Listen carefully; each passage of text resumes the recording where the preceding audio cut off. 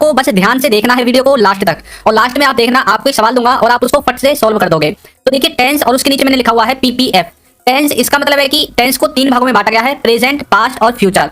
अब देखिए ये जो टेंस है इनमें प्रेजेंट, पास्ट और फ्यूचर को अलग से 4 भागों में डिवाइड किया गया है, जिन्हें आप पहले से जानते हैं, फिर भी हम एक बार इन्हें देख लेते हैं। तो ये जो 4 भाग हैं इनमें से एक है इंडेफिनिट टेंस, एक है कंटिन्यूअस टेंस, एक है परफेक्ट टेंस और एक है आपका परफेक्ट कंटिन्यूअस टेंस। अब जो ये इंडेफिनिट टेंस है और कंटिन्यूअस टेंस है और परफेक्ट टेंस है और परफेक्ट कंटिन्यूअस टेंस है, इन चारों को ही हम एक एक बार अच्छे से समझ लेते हैं कि इनका आखिर मतलब है क्या। और यहाँ पर रटना मना है, आपको रटने नहीं है, समझना है सिर्फ कि आखिर इनका एक एक करके इन सब के बारे में बताऊंगा और एग्जांपल भी आपको दूंगा, जिससे कि आपका जो टॉपिक है वो बिल्कुल क्लियर हो जाए। अब देखिए कैसे, पहले हम देखेंगे इंडेफिनिट के बारे में। इंडेफिनिट का मतलब होता है जिसकी शुरुआत और अंत ना पता हो। आपको मुझे पता है ये समझ में नहीं आएगा ऐसे, पहले एग्जांपल देखिए, जैसे कि वह बोलता है तो इसकी इंग्लिश बनेगी ही स्पीक्स। अब ये कैसे बनी, इसका स्ट्रक्चर मैं आपको इसके बाद बताऊंगा, लेकिन यहाँ पर गौर करने वाली बात ये है, वह बोलता है। अब हमें ये नहीं पता कि वह कब से बोलता है और कब तक बोलता रहेगा, तो इसलिए मैंने आपको बोला इंडेफिनिट के अंदर वो वाले सेंटेंसेस आते हैं जिनके अंत और शुरुआत के बारे में हमें ना पता हो। जैसे कि वह स्कूल जाता है, अब ये नहीं पता कि कब से स्कूल जाता है और कब तक जाता रहेगा। वह पढ़ता है, वह खेलता है, वह सोता है, सूर्य पूर्व दिशा से उगता है, तो ये नहीं पता कि कब से ये कार्य हो रहे हैं और कब तक होते रहेंगे। तो इस तरह के सेंटेंसेस को हमें रखना पड़ता है इंडेफिनिट में। इंडेफिनिट अपने आप में एक देखिए क्या है, एक होता है डेफिनेट यानी कि पक्के तौर पर, और एक होता है इंडेफिनिट जिसे आप पढ़ रहे हैं यानी कि जिसके बारे में हमें पक्का नहीं पता है। तो इस तरह से आप इंडेफिनिट टेंस को समझोगे। अब नेक्स्ट है हमारा इसमें कंटिन्यूअस। कंटिन्यूअस का मतलब देखिए क्या होता है, इसका मतलब होता है जो लगातार चल रहा हो, यानी कि जो कार्य आपका प्रेजेंट में भी लगातार चल रहा हो, पास्ट में भी लगातार चल रहा हो, या फिर आने वाले समय में यानी कि फ्यूचर में लगातार चल रहा होगा।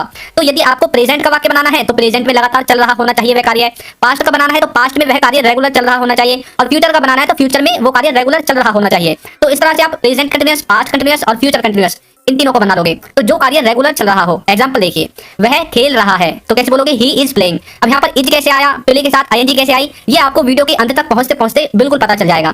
तो यह क्या है, वह खेल रहा है, तो ये प्रेजेंट का वाक्य है कि वह प्रेजेंट में खेल रहा है, इस तरह से। नेक्स्ट देखिए, नेक्स्ट है इसमें हमारा परफेक्ट। परफेक्ट का मतलब देखिए आप क्या समझते हैं, परफेक्ट अपने वर्ड से ही डिफाइन है कि कोई कार्य परफेक्टली हो चुका है, यानी कि जो पूरी तरह से शुरू या फिर खत्म हो गया हो। उन सभी कार्यों को बताने के लिए हमें यूज करना पड़ता है परफेक्ट टेंस का।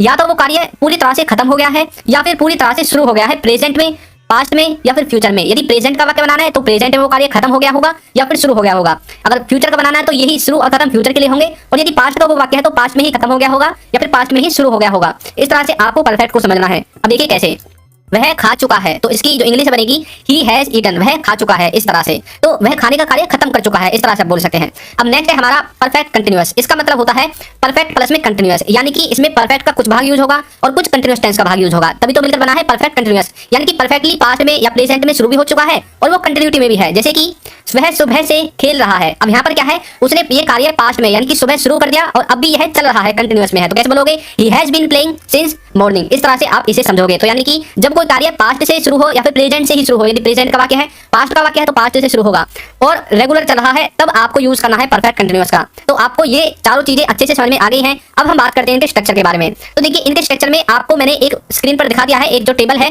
यहाँ पर पहला है स्ट्रक्चर और दूसरा है हेल्पिंग वर्ब। अब जो स्ट्रक्चर है इसमें सिंपल टेंस में ये वाला स्ट्रक्चर यूज होगा, यदि आपको नेगेटिव बनाना है तो ये वाला स्ट्रक्चर यूज होगा, और यदि आपको इंटरोगेटिव बनाना है तो आपको इस वाले स्ट्रक्चर को यूज करना है, और इंटरोगेटिव नेगेटिव के लिए इस वाले स्ट्रक्चर को यूज करना है। अब यहाँ पर मैंने लिख रखी है helping verb, subject, verb, object. तो सब्जेक्ट वो होता है जो कार्य को करता है, वर्ब वो होगी जो कार्य आप करोगे, और ऑब्जेक्ट वो होगा जिस पर सब्जेक्ट कार्य करेगा। और हेल्पिंग वर्ब मैंने नीचे लिखी हुई है, प्रेजेंट के लिए ये वाली, पास्ट के लिए ये वाली, और फ्यूचर के लिए ये वाली हेल्पिंग वर्ब यूज होगी। अब यहाँ पर ऊपर लिखा हुआ है इंडेफिनिट V1। तो इंडेफिनिट टेंस में वर्ब की फर्स्ट फॉर्म, कंटीन्यूअस में लिखा हुआ है V1 प्लस ING। तो कंटीन्यूअस में वर्ब की फर्स्ट फॉर्म के साथ ING, और परफेक्ट में लिखा हुआ है V3।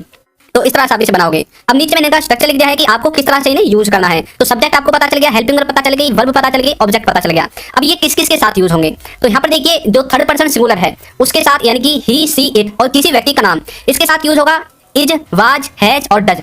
ये चारों इन सब के साथ यूज होंगे, और डिड, हैड और विल, इनको आप सबके साथ यूज कर सकते हैं। तो इस तरह से आप इसके स्ट्रक्चर को समझोगे। अब आपके समझ में आ गया होगा कि किस तरह से इसका स्ट्रक्चर बनता है।